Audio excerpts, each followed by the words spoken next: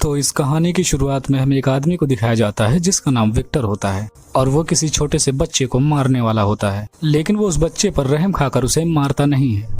फिर हमें अगली सीन में दिखाया जाता है कि वो बच्चा अब बड़ा हो गया है और उसे लड़ना सिखाया जा रहा है। और इसके बाद हम विक्टर को देखते हैं जो उस बच्चे को लड़ता हुआ देखकर काफी खुश हो रहा था और वो सोचता है कि मैंने इसे बचपन में ना मार के बहुत ही अच्छा काम किया, अब ये मेरा एक महान योद्धा है। असल में वो बच्चा कोई आम बच्चा नहीं था, बल्कि वो एक भेड़िया था जो कि अपना रूप बदलकर इंसान भी बन सकता था, इसलिए उसे विक्टर अपना पालतू बनाया था। और वहाँ पर उसके जैसे काफी और भेड़िए थे जिनको महल के बाहर पहरे पर लगाया जाता था ताकि वो महल की सुरक्षा कर सकें। और ऐसा इसलिए क्योंकि वो जो विक्टर है वो कोई आम आदमी नहीं बल्कि एक वैम्पायर यानी पिशाच है और वो सब दिन में बाहर नहीं निकल सकते, तो इसलिए उन्होंने भेड़ियों की फौज बनाई थी। और फिर अगली सीन में हमें दिखाया जाता है कि एक घुड़सवार जो जंगल से महल की तरफ भागता हुआ जा रहा था, उसके पीछे बहुत ढेर सारे भेड़िए लगे हुए थे और उस विक्टर के आदमी उस घुड़सवार को बचाने के लिए उन भेड़ियों पर जोरदार हमला भी कर रहे थे। और यहीं पर हमें दिखाया जाता है कि वो जो बच्चा था वो अब बड़ा हो चुका था और उस घुड़सवार को वही बचा रहा था अपनी तीरों से। और आखिर में वो घुड़सवार अंदर पहुंच जाता है और वो जब अपना मुखौटा उतारता है तो वो एक लड़की होती है और वो लड़की कोई और नहीं बल्कि वहाँ की प्रिंस थी, विक्टर की बेटी। और वो उस लड़के को अपनी तलवार देखती है कि इसे तेज करो। इसके बाद विक्टर अपनी बेटी को बहुत ही डांटता है कि ऐसे वो बाहर ना जाया करे और इसके बाद वो लड़का उस भेड़िए को जला रहा होता है। ये देखकर काफी अफसोस होता है कि वो भी उन्हीं की प्रजाति का ही है। इसके बाद विक्टर का सेनापति एक आदमी को मार रहा होता है, लेकिन वहाँ पर वो लड़का पहुंचकर उसे बचाता है और उस सेनापति को बेइज्जत करता है। इसके बाद हम देखते हैं कि वो लड़का सबकी नजरों से बचकर कहीं जा रहा होता है और उसी टाइम विक्टर का सेनापति रानी की कमरे में जाता है। इसके बाद वो विक्टर की बेटी को कहीं और ढूंढने निकल जाता है। इसके बाद हम उस लड़के को विक्टर की बेटी के साथ देखते हैं और हमें यहाँ पर यह भी पता चलता है कि उन दोनों में बचपन से प्यार था, लेकिन दोनों अलग प्रजाति होने की वजह से खुलकर किसी के सामने नहीं आ सकते थे।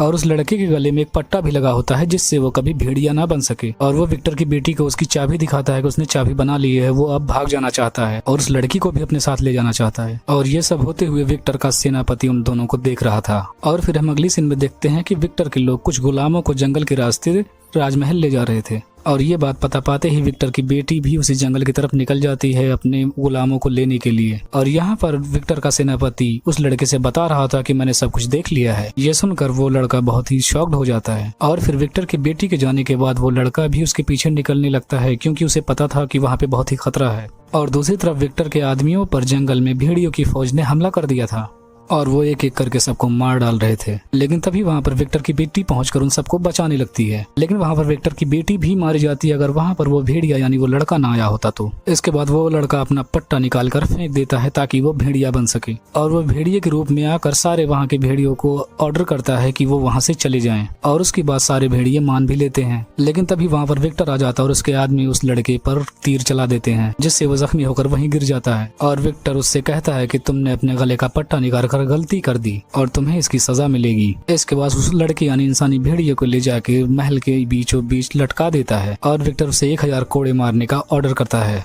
और उसे ऐसे मार खाते देखकर विक्टर की बेटी से रहा नहीं जा रहा था। इसके बाद उस लड़के को सबकी तरह ले जाकर कैद खाने में डाल दिया जाता है। इसके बाद विक्टर की बेटी कैसे भी करके कैद खाने में उस लड़के से मिलने के लिए आती है और वो लड़का बताता है कि हम दोनों के बारे में तुम्हारे पिता के सेनापति को पता है, पर उसने अभी तक तुम्हारे पिता को क्यों नहीं बताया। और ये चीज पता करने के लिए विक्टर की बेटी वापस चली जाती है और यहाँ पर वो लड़का कैदी हो जाने की वजह से वहाँ पे बाकी कैद भेड़ियों को उकसाता है कि वो विक्टर के खिलाफ खड़ा हो सके, वो अपनी आजादी चाहिए उनको। इसके बाद विक्टर की बेटी अब विक्टर के सेनापति के पास जाकर उससे पूछती है, उसे जब उन दोनों के बारे में पता है तो उसने अभी तक उसके पिता को क्यों नहीं बताया। तब वो विक्टर की बेटी से कहता है कि मैं तुम्हारी मदद करना चाहता हूँ, इसके बदले में मुझे तुम अपने पिता से और ऊंचा दर्जा दिलाओ। इसके बाद वो सेनापति विक्टर की बेटी को उस लड़के से मिलाने के लिए कैद खाने में लेकर जाता है। इसके बाद विक्टर की बेटी उस लड़के को सारी बात बताती है कि तुम यहाँ से भाग जाओ, मैंने तुम्हारे भागने की पूरी प्लानिंग कर रखी है और मैं तुमसे कल शाम जंगल के किनारे में आकर मिलूंगी। इतना कहने के बाद वो लड़की वहाँ से चली जाती है और तभी रात के 12 बजे वही सेनापति उस लड़के के पास आता है और उसे भागने के लिए एक चाबी देता है। और दूसरी तरफ विक्टर वहाँ के सारे कैदियों को भेड़िए में बदल रहा था।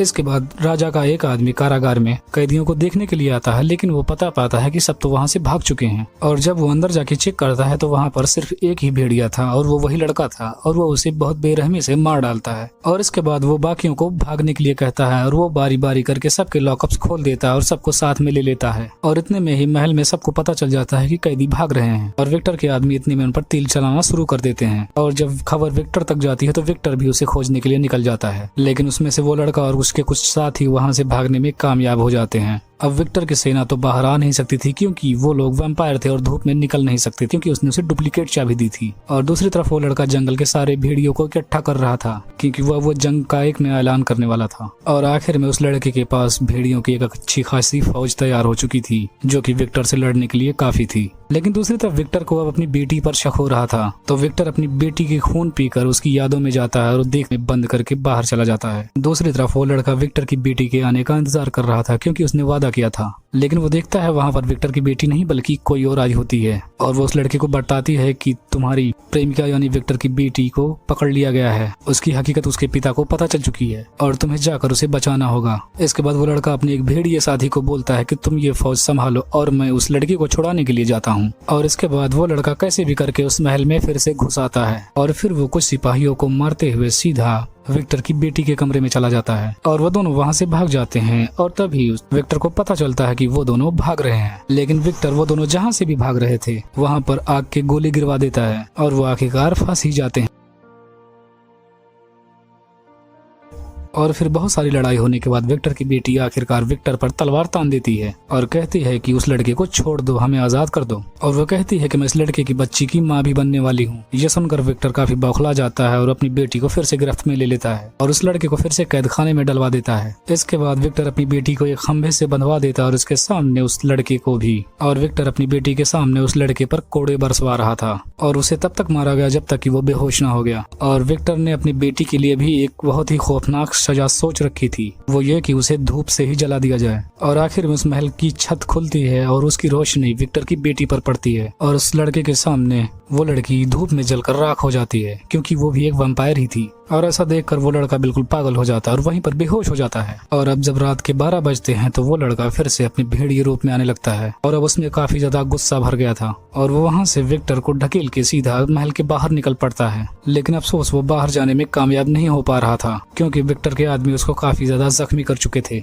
लेकिन उसकी दहाड़ सुनकर जंगल के और बाकी भेड़िए भी ये चीज जान चुके थे कि वो अब बहुत ही खतरे में है और इधर इनकी फौज भी तैयार हो चुकी थी और उसकी आवाज सुनकर यहाँ के सारे भेड़िए उस महल पर हमला कर देते हैं। इसके बाद विक्टर के आदमी भी उस भेड़ियों पर हमला करने लगे, लेकिन भेड़ियों की तादाद इतनी थी कि उन्हें मारा नहीं जा सकता था और वो बहुत तेजी के साथ आगे आ रहे थे और आखिर में वो महल में घुसने में कामयाब हो जाते हैं। उसमें से एक भेड़िया लड़के को लगी तीरों को निकालता है और दूसरी तरफ खतरा महसूस होने की वजह से विक्टर उस महल से भागने की कोशिश करता है, लेकिन आखिरकार वो लड़का विक्टर को पकड़ लेता है और आखिर में उन दोनों के बीच बहुत ही लड़ाइयाँ होती हैं और लास्ट में वो लड़का विक्टर के मुंह में अपनी तलवार घुसाकर उसे मार कर नीचे फेंक देता है। इसके बाद वो बाहर निकलता है और हम देखते हैं कि अब उस महल पर भेड़ियों का कब्जा हो चुका था और इसी के साथ ये कहानी यहीं खत्म हो जाती है।